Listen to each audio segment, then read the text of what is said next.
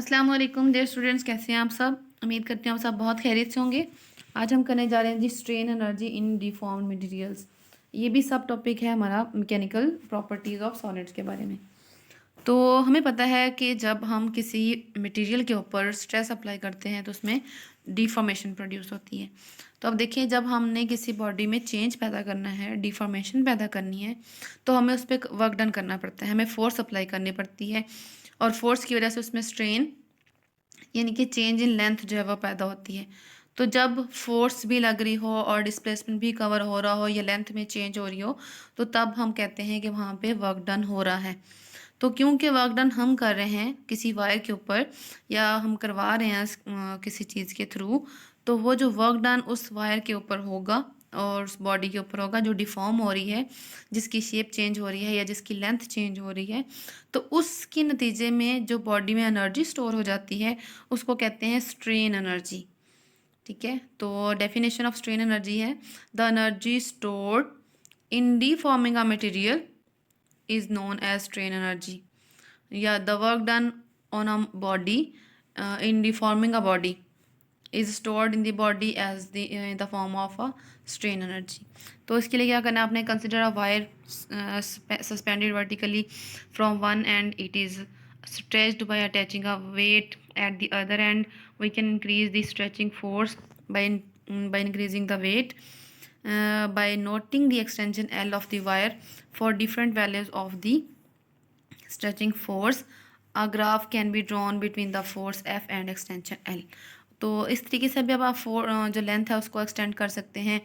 और जो पीछे हमने प्रोसेस पढ़ा था, जो हमारे पास ये मशीन है, इसके थ्रू भी अगर आप वायर को डिफॉर्म करते हैं, उसकी लेंथ चेंज करते हैं, तो वहाँ से भी हमारे पास फोर्स और लेंथ के साथ जो है वो हमें वैल्यूज़ मिल जाती हैं। तो स्ट्रेस और स्ट्रेन वाली वैल्यूज़ जो है हम वहाँ से भी ले सकते हैं।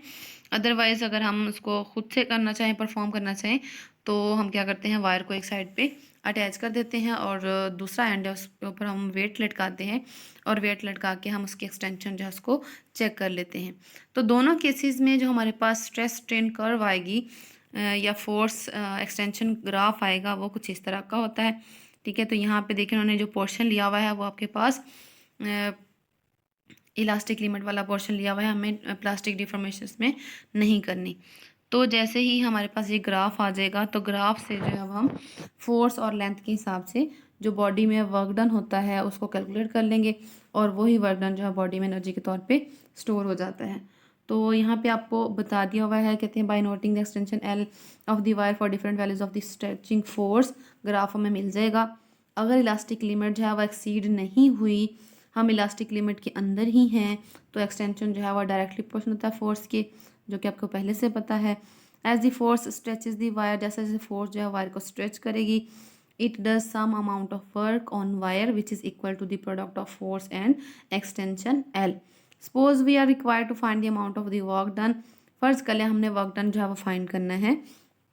तो वर्क डन फाइंड करने के लिए फोर्स जो है उसका कांस्टेंट होना बहुत ज़रूरी है। अगर फोर्स कांस्टेंट नहीं है तो हम वर्क डन जो है वो उसको एफ डॉट डी वाले फार्मूला से कैलकुलेट नहीं कर सकते। तो जब हमारे पास फोर्स कांस्टेंट ना हो, उस केस में हम क्या करते हैं, हम ग्राफ ड्रॉ कर लेते हैं और ग्राफ ड्रॉ करने के बाद उस ग्राफ के पोर्शंस बना लेते हैं, उसको छोटी छोटी स्ट्रिप्स में डिवाइड कर लेते हैं और उसके पोर्शंस इतने छोटे बनाते हैं ताकि वहाँ पे फोर्स तकरीबन कांस्टेंट हो जाए। इसलिए यहाँ पे अगर आप देखें तो इस वाली डायग्राम में जो आपके पास पोर्शन दिया हुआ है ओ ए बी, तो इस पोर्शन में जो फोर्स और एल है उसके दरमियान वाली जो डिस्टेंस है उसको हमने छोटी छोटी स्ट्रिप्स में काट लिया है। हर स्ट्रिप जो है उसकी लेंथ है डेल्टा एक्स।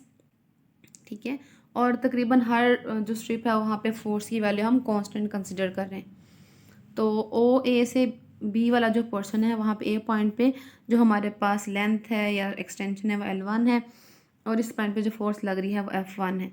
तो हम सिर्फ इस पाथ के लिए, इस छोटी सी स्ट्रिप के लिए पहले वर्क डन कैलकुलेट कर लेंगे, फिर उन सारी स्ट्रिप्स के लिए हमने वर्क डन को टोटल कर लेना है, सम अप कर लेंगे और एंड पे हमारे पास जो है वो वर्क डन का आंसर आ जाएगा।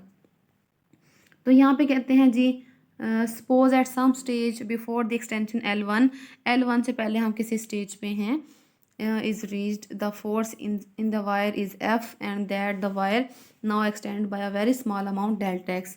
ये जो हमारे पास स्ट्रिप्ड वाली जो है पोर्शन नज़र आ रहा है, वहाँ पे देखें जो डिस्प्लेसमेंट है वो डेल्टा एक्स है और इस पॉइंट पे जो फोर्स लग रही है वो एफ है। तो इस पॉइंट पे जब आप वर्क डन कैलकुलेट करेंगे उसको आप एफ डेल्टा एक्स करके सिंपली फाइंड कर लेंगे, जो हमारे पास वर्क डन का फॉर्मूला होता है। उसके बाद कहते हैं जी, यहाँ से हम देख सकते हैं कि it can be seen that it is represented by the area of the shaded strip। यहाँ से ये जो डायग्राम आपके पास बनाई हुई है, यहाँ पे जो हम वर्क डन का फार्मूला ले रहे हैं वो एफ डेल्टा एक्स है। और अगर आप थोड़ा गौर करें तो यहाँ पे जो डेल्टा एक्स है वो इस ये तकरीबन जो रेक्टेंगल टाइप चीज़ बन रही है, डेल्टा एक्स इसकी क्या है, विड्थ बन रही है और फोर्स जो है वो इसकी लेंथ बन रही है। तो हम इसको कैलकुलेट कर सकते हैं लेंथ इंटू विड्थ, ठीक है। दैट मीन्स जो शेडेड एरिया है इस स्ट्रिप का, उसको अगर हम फाइंड कर लें तो हमारे पास जो है वर्क डन की वैल्यू आ सकती है। इसलिए इस पूरे वाले पोर्शन ओ ए बी सारे पोर्शन को अगर आप देखें तो ये एक ट्राइंगल बन रही है। तो इस ट्राइंगल का अगर हमें एरिया निकालना आ जाए, दैट मीन्स हम यहाँ से पॉइंट ओ से पॉइंट ए के दरमियान जितना भी पोर्शन आ रहा है कर्व का, उस पूरे पोर्शन में जो वर्क डन हो रहा है उसको कैलकुलेट कर सकते हैं। सीधी बात यहाँ पे ये कह रहे हैं कि जो भी हमारे पास ग्राफ आएगा, कर्व आएगी, कर्व के अंदर जितना भी एरिया कवर हो रहा होता है उसको अगर हम किसी तरीके से फाइंड कर लें तो हमारे पास वर्क डन की वैल्यू जो है वो आसानी से कैलकुलेट की जा सकती है। तो वही यहाँ पे बता रहे हैं, it can be seen that कि जो हमारे पास हमने वैल्यू निकाली है, it is represented by the area of the shaded strip. In this way the total extension L1 can be divided into very small extensions and work done during each of the small strips can be calculated by some of these areas। और जब हमारे पास पूरा triangle cover हो जाएगी ओ A B, तो उस case में हम कह सकते हैं कि जो वर्क डन है वो उस ट्राइंगल ओ ए बी के एरिया के बराबर है। तो यहाँ से वर्क डन आपके पास आ जाएगा area of triangle O A B. और हमें पता है ट्राइंगल का एरिया निकालने के लिए फॉर्मूला होता है 1/2 altitude of the triangle and base of the triangle, ठीक है। तो इस केस में हमारे पास ओ ए की बेस आ जाएगी और ए बी जो है उसका एल्टीट्यूड है। ओ ए के क्रॉस आपके पास एक्सटेंशन है जो कि L1 के बराबर है और ए बी जो है हमारे पास उस केस में फोर्स है, तो उसकी वैल्यू है F1 के बराबर। This is the amount of energy. और ये हमारे पास पूरा वर्क डन है। जितना वर्क डन हम करेंगे बॉडी पे या वायर पे, वो स्टोर हो जाएगा उस वायर में या उस बॉडी में इन the form of energy.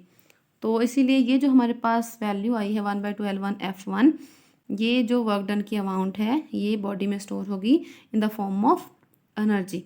It is the gain in the potential energy of the molecules due to their displacement from their mean position.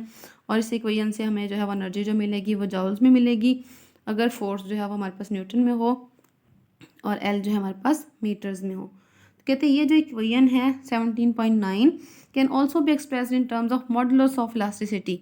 अगर हमारे पास फोर्स की वैल्यू नहीं है, हमारे पास एक्सटेंशन एल की वैल्यू नहीं है, तो हम इसी फॉर्मूले को मॉडुलस ऑफ इलास्टिसिटी की फॉर्म में भी चेंज कर सकते हैं।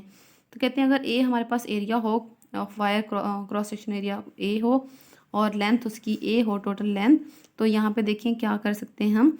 हमें पता है मॉडुलस ऑफ इलास्टिसिटी इसके बराबर होती है stress over strain. Stress over strain, stress होता है फोर्स पर यूनिट एरिया, तो इसलिए इस केस में हमारे पास F1/A आ जाएगा। और जो स्ट्रेन है, क्योंकि लेंथ में चेंज कर रहे हैं, टेंसाइल स्ट्रेन ले रहे हैं, तो टेंसाइल स्ट्रेन के लिए क्या करना, हमने लेंथ ओवर टोटल लेंथ कर लेते होते हैं। तो लेंथ जो है, जो चेंज इन लेंथ है वो L1 है, जो टोटल लेंथ है वो कैपिटल L हो जाएगा। तो जब उस नीचे वाले रेशो को आप उलट के ऊपर लिखेंगे तो बन जाएगा कैपिटल L/L1। तो यहाँ पे देखें हमारे पास फोर्स F1 को साइड पे कर लें तो आपके पास इसको कैलकुलेट करने के बाद आ जाएगा EA/L1/L। ये फोर्स की वैल्यू उठा के आपने 17.9 वाली जो इक्वेशन है इसमें पुट कर देना है। तो वहाँ से आपके पास आ जाएगा 1/2 EA/L। यहाँ से स्मॉल L1 एक ये वाला आ जाएगा और एक इधर से L1 जो है 17.9 वाला आ जाएगा। तो एंड पे आंसर आपके पास L1² बचेगा। The area method is quite a general one. कहते हैं एरिया मेथड जो है वो जनरल होता है, वो हम किसी भी टाइप की जो शेप होती है उसका एरिया निकाल के हम वर्क डन निकाल सकते हैं। For example if the extension is increase from L1 to L2, तो इसके लिए वो क्या कह रहे हैं कि अगर हमारे पास हम दोबारा ग्राफ में जाएं तो ग्राफ में जाके अगर देखें हमारे पास एक्सटेंशन जो है, पहले हमने O से L1 तक लिया, ठीक है। अब हम ये जा रहे हैं L1 से L2 वाले केस में। इस वाले पोर्शन में जो हमारे पास शेप बन रही है देखिए ना तो ये रेक्टेंगल है या ना ही ये ट्रायंगल है, तो ये ट्रेपीजियम बन रही है। ये जो शेप है इसको ट्रेपीजियम बोलते हैं। अगर इसका हमें एरिया निकालना आ जाए तो इस पोर्शन के लिए हम वर्क डन जो है वो निकाल सकते हैं। सेम इसी तरह से जो अगला पोर्शन है हमारे पास CDGH वाला, तो ये जो शेप है इधर से भी आप इस शेप की एरिया निकाल के वर्क डन जो है वो कैलकुलेट कर सकते हैं। तो वही बातें आपको यहाँ पे नीचे उन्होंने बता दी हुई हैं। If the extension is increased from L1 to L2, the amount of work done by the stretching force would be given by the area of trapezium ABCD. It is also valid for both the linear and non-linear parts of the force extension graph. जैसे कि आपने force extension graph पिछले lecture में बहुत detail से पढ़ा, तो वहाँ पे डिफरेंट पोर्शन थे। प्रोपोर्शनलिटी लिमिट थी आपके पास, इलास्टिक लिमिट थी, प्लास्टिसिटी थी, और फ्रैक्चर स्ट्रेंथ वाली जो आपके पास पोर्शन था, उस सारे पोर्शंस के लिए हम ये जो ग्राफ है ये वाला मेथड करके वर्क डन बहुत आसानी से कैलकुलेट कर सकते हैं। तो कहते हैं अगर एक्सटेंशन हमारे पास O से G वाली हो जाती है तो जो वर्क डन होगा टोटल वो उस पूरे एरिया OHG का पूरा एरिया जो है उसके बराबर जो है उसका वर्क डन आ जाएगा। तो होप सो आप लोगों को आज का लेक्चर समझ आ गया होगा। Thank you so much. अल्लाह हाफिज़।